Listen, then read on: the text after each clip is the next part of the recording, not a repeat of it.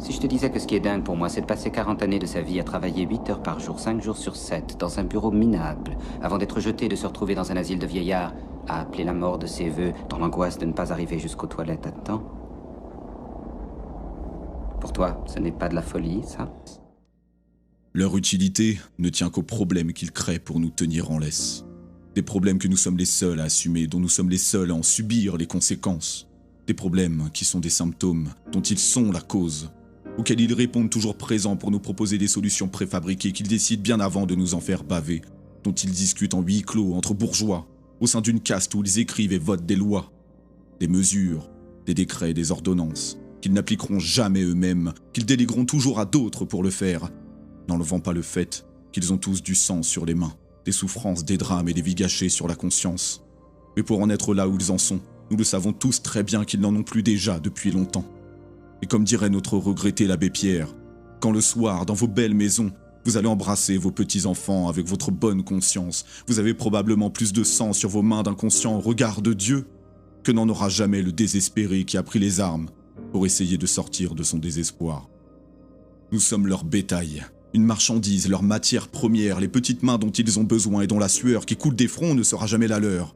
Du bétail qu'ils exploitent de la naissance jusqu'à la mort, dont ils ont besoin pour exister, car sans nous, ils ne sont rien.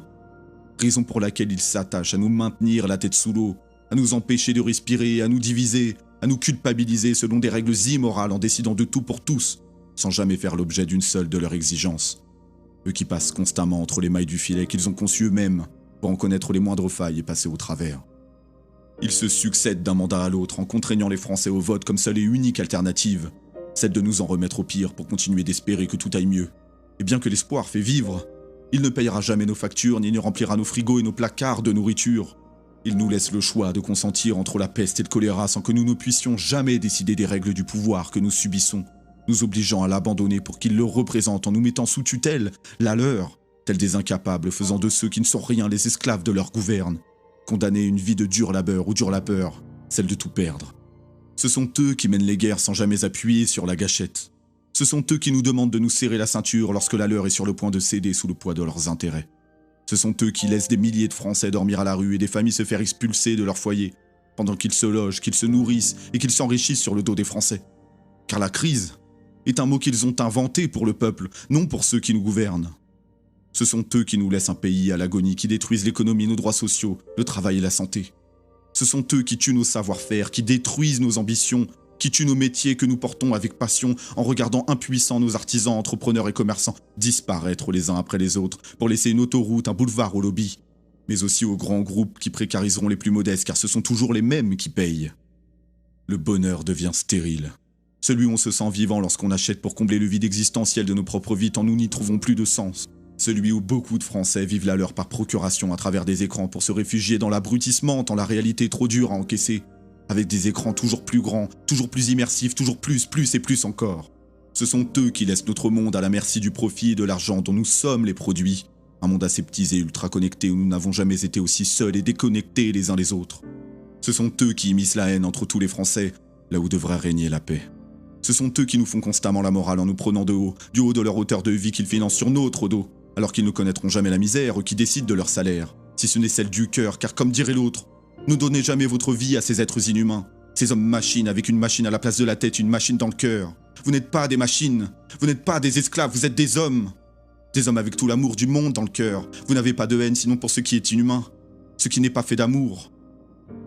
Ils se succèdent en profitant de ceux qu'ils exploitent. Ils font la chasse aux pauvres comme s'ils étaient des scélérats, à ceux qui perçoivent des aides qui n'en sont pas, qui ne sont rien d'autre que des chaînes, alors que les premiers profiteurs de ces systèmes qu'ils ont créés, ce sont eux. Ils côtoient les pires criminels, pactisent avec des dictateurs, acceptent dans leur rang des violeurs et des pédophiles qui ne sont jamais inquiétés, alors que le pauvre homme qui aura volé pour se nourrir se verra condamné. Ils baignent dans des affaires de corruption et je n'oserais pas détailler la liste de leurs vices tant elle serait longue à dire. Et voilà qu'arrive le Covid, la belle affaire. Ce virus fantôme qu'ils objectisent, qu'ils vampirisent et qu'ils exploitent de toutes les manières possibles pour nous enlever nos libertés en fabriquant la peur. Celle-là même qu'ils dictent et qu'ils encadrent en nous disant comment la vivre, en nous disant quoi faire, quoi dire et quoi penser, faisant de la pensée libre une maladie, une désobéissance et une anomalie. Ils nous surveillent avec leur milice et la technologie dont tout le monde veut pour répondre aux derniers cris, sans jamais entendre tous les cris qui auront été nécessaires pour qu'ils en jouissent. Ces hommes et ces femmes du contrôle, ceux-là même qui obéissent, qui font vivre cette dictature et qui la légitiment, en tournant le dos à ceux qu'ils devraient protéger envers et contre tout, et non se cacher toujours derrière l'adage qu'ils obéissent aux ordres.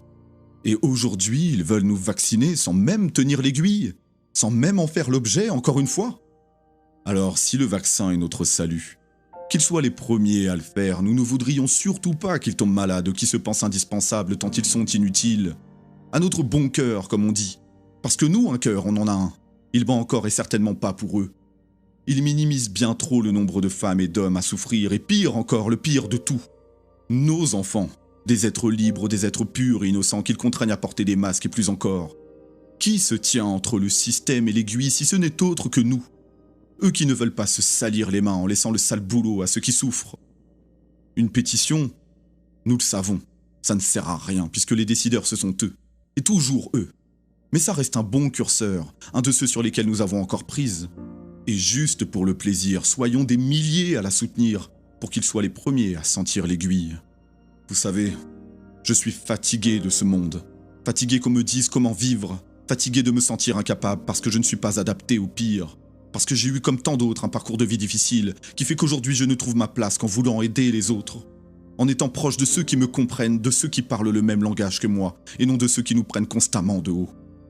Et ici, c'est ceux qui nous rassemblent.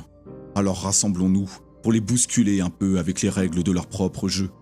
Ils veulent nous vacciner avec un produit sur lequel ils n'ont aucun recul et dont les personnes âgées en seront encore les victimes, pour ne pas dire les cobayes, comme si le Rivotril n'avait pas suffi. En plus de les laisser mourir entre 4 murs stériles. Je suis fatigué, mais je suis rassuré. Car nous sommes nombreux à en avoir assez, et que nous trouverons notre salut certes dans l'adversité, mais aussi dans la fraternité, sans que celle-ci soit l'adage de nos bourreaux, mais de notre propre volonté. Que Dieu vous garde, et paix sur vous. C'était Jeffrey, et je vous dis à bientôt. Toute la nuit dans la rue, machin... C'est pas la joie, à vrai dire, madame. C'est pas la joie.